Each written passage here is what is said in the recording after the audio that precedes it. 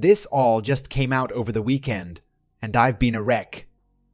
My wife was 24 when we met. I was 22. When we met, we were both in school, and she was in a relationship with her boyfriend at the time. They had been together for 5 years. We became friends through school and had to work on a few assignments together. Everything was very platonic. I remember asking about her boyfriend, and she explained to me that they had been together since she was 19, so together for 5 years, but she felt like the relationship was over. They weren't intimate much, and he was somewhat emotionally abusive. He dictated her outfits, told her she was too fat, she wasn't, and always showed her other women and how he'd rather be with them. He even cheated on her a few times and was openly dating other women near the end of their relationship. She called me one day, as a friend, to complain about what was going on. She told me that he had told her he wanted to explore other women and felt like they should break up. She was pretty upset. I took her out for lunch and basically just listened to her and supported her as a friend. The next week, she called me again, this time to let me know that he had dumped her and he was moving out of the house they shared. I was a young dude and thought, hey, perfect, I'll be a rebound and try to get with her. Shitty on my part, but as a 22-year-old guy, I didn't care. I took her out to dinner and we started having regular dates. They still lived together, and our conversations were heavily centered around her breakup and the drama it entailed. I'd pick her up from their house and we'd go hang out. This went on for a few weeks, and we ended up sleeping together one night when I brought her back to my place. After that, I really started to develop feelings. Knowing I really liked her, I asked her to be my girlfriend. She was still living with her ex, as he hadn't moved out yet.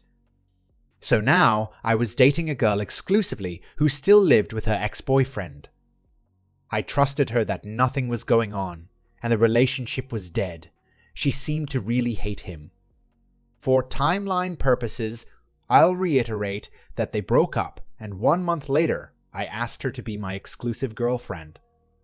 We continued being all about each other, and I was there to support her as she kicked him out. He ended up moving out a few weeks later when he finally found his own place. At this point, it was nice to know he was fully moved out.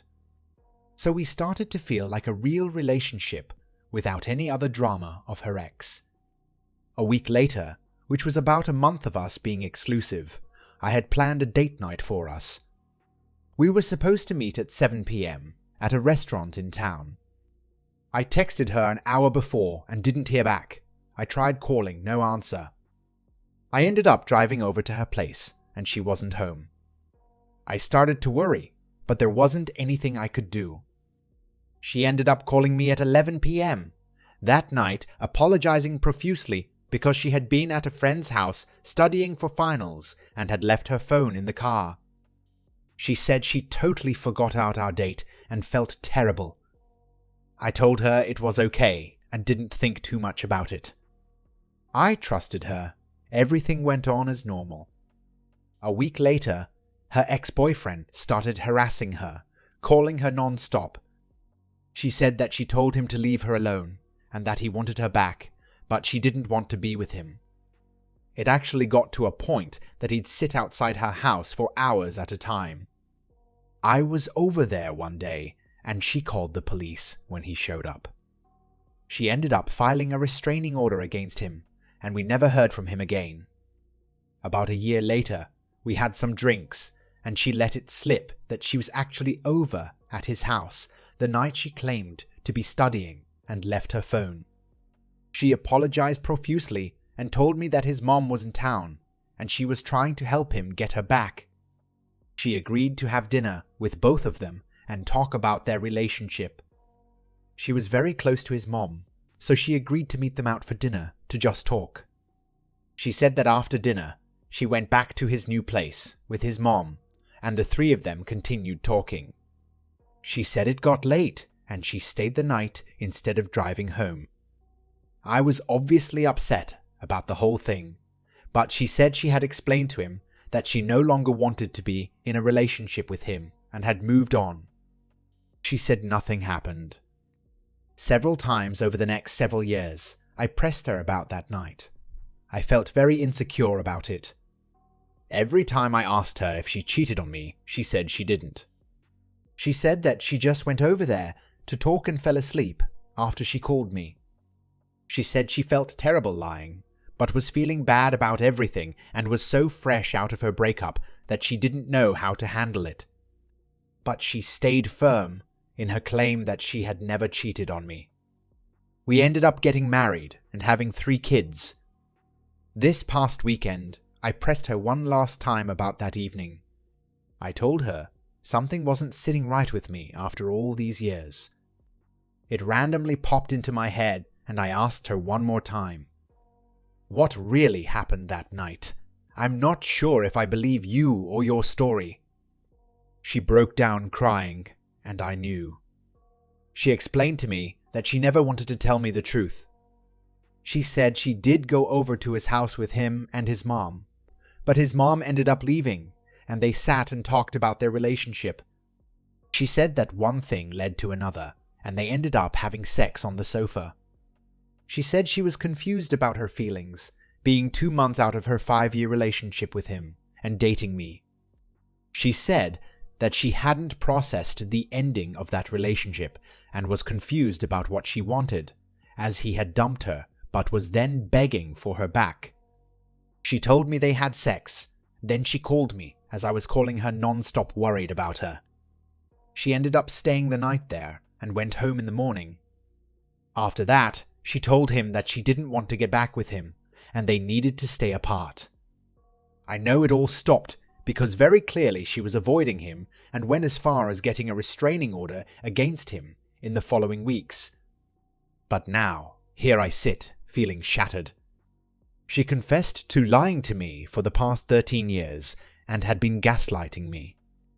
Every time I asked her about that night, she denied anything inappropriate happening. I started to feel crazy and insecure and had accepted that I was just losing my mind. But now I know that she did cheat on me that night. I suppose I can make excuses for her, telling myself that I began dating a girl who had just been dumped by a guy she was with for 5 years, accepting that I was a rebound, and she was even still living with him in the beginning. I believe her that she hasn't cheated any other time, and there was just an overlap in her relationship with him and myself. That being said, I'm still severely hurt by the lie, and I'm feeling very confused about how to feel about this. We've been together for 13 years, we have 3 kids, and we've had an otherwise great relationship. This new information is all so much. I'm even considering divorce here. After 13 years, finding out that she cheated on me during our first month of being exclusive and then lied to me about it this whole time, I'm a wreck. I know I need to process this before I take any action, but I wanted to share on Reddit for some perspective and clarity. She's been apologizing profusely and has reassured me over and over that she feels terrible, and that she only lied because she knew it would never happen again. She knew she wanted to be completely done with that relationship after that night, and was just confused in the beginning, transitioning from a 5-year relationship with him to a new relationship with him to a new relationship with me. She understands why I'm devastated. She also keeps reminding me that she was young, hurt, confused, and didn't know what she wanted until after that night when she realized she wanted to be completely done with him.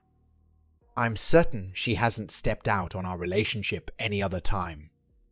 If I were to ever question anything, it would have been that one night where she disappeared and I didn't know where she was. After that, I always knew where she was and who she was with, and I've never had any reason to suspect anything was wrong. Do I need to slow down and work on forgiving her, or does this sound divorce-worthy? I love her with everything I have, and we've built a family and life together, but this is the hardest thing I've ever had to learn. Story number 2. Wife cheated and tried to take her life. My soon-to-be ex-wife and I were together for over 25 years. 22 2 of those married. Prior to this, there were no infidelities or large problems. We have 4 children, a pair of twins, boy and girl, 20 years old, a son who's 19, and our youngest daughter who is 15. I filed for divorce in mid-December and had her move out of our home and back with her parents. Got a lot of voicemails left and emails and even handwritten letters about how sorry she is about what she's done, but I never replied in any way. When it finally dawned on her I was really going through this and there was nothing she could do to stop it, she attempted suicide. In all likelihood, she would have died had her parents not stayed at home to keep an eye on her. From what I've been told, she tried to overdose on pills, but no one knows where she got them in the first place. Her infidelity apparently became fully physical only recently, late November or early December. But even before that, she was emotionally cheating for at least a few months before that. I don't care to find out how long, since it wouldn't really help me in any way. Since it was a married man with whom she had the affair, I'd notified his wife, so he's getting divorced too. Add to that, they're co-workers, which is how they met in the first place, and I assume they used work time to start the affair. For those that are going to ask, how did you find out? The answer is, I didn't. Our son and daughter, the twins, did. They saw their mother kissing with the other man in public. The place in question isn't somewhere where any of us usually pass through, and then they proceeded to inform me. I started digging around and found more than enough evidence of a prolonged affair. I don't have many deal breakers, and believe that marriage is something that's a continuous work in progress.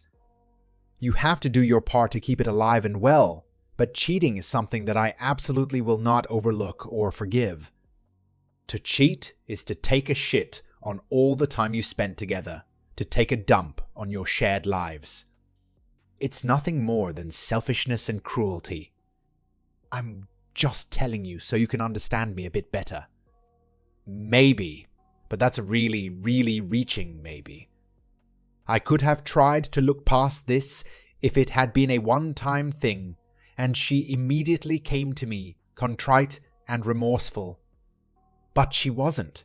I mean, she only started sobbing and bawling once she got caught, and that to me is utterly worthless. It's easy to cry once your shit is put into the spotlight, but before all this, I've never noticed anything remorseful about her or any sign of guilt. I just can't live with someone like that. Thankfully, all of the kids were supportive and understanding when I told them I was going to divorce their mother. Our youngest cried more than I did, but said I was doing the right thing for all of us. She did ask me if she could live with me. The other 3 already have places of their own, by their own choice, and I told her she didn't even have to ask. I think that's the best thing in this situation overall.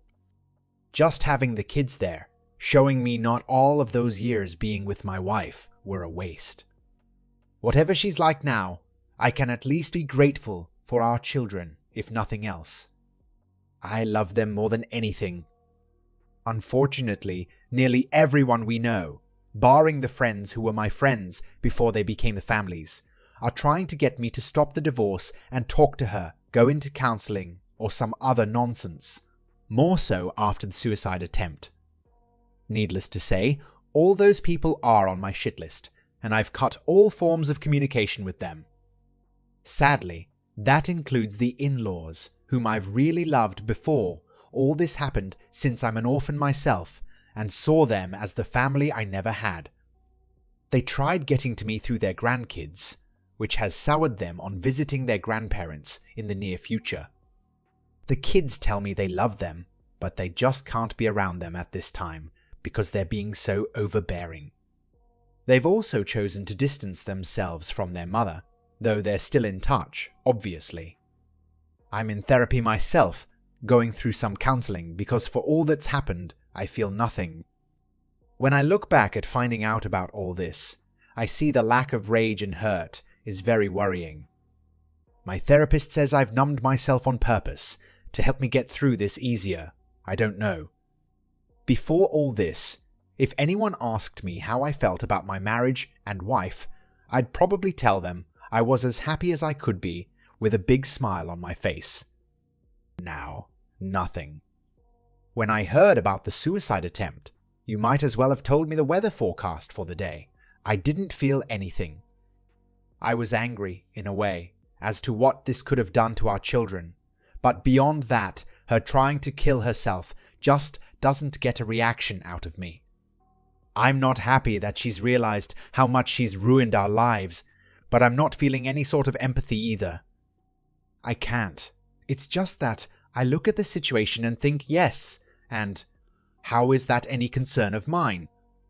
I'm not like that. Or at least I don't think I was like that before all of this. And my therapist assures me the numbness will pass. It's part of the healing process. But here we are, more than a month later, and I still feel nothing about what happened. I'm honestly not sure if that's good or bad. I'll just have to wait and see. As to the rest of my life, the friends who stayed true to me aren't letting me spend much time alone. They understand that I do need some time for myself every now and again, but they don't want me too alone. It all seems so different now, you know. Now, my main concern here is about our kids. For now, they're keeping away from her, of their own free choice. I didn't poison them against their mother, or anything of the sort. They just don't want to talk to her much at all. Our youngest has been hit the hardest by her mother's infidelity, and I've been thinking of maybe having her go for some therapy too, if we can't resolve this on our own. This is what really bothers me about the whole thing, that our children reacted so severely to their mother's infidelity. I'd be lying if I said I wasn't glad that they did react negatively to it, because it goes to show that they understand that adultery is no small matter and that it can, like it has for us, destroy marriages and families. But I'm worried about the long term. Will they get over this? Will they eventually form a tangible relationship with their mother? Will they heal? If any of you folks have been in any situation as similar as ours, please share your experiences.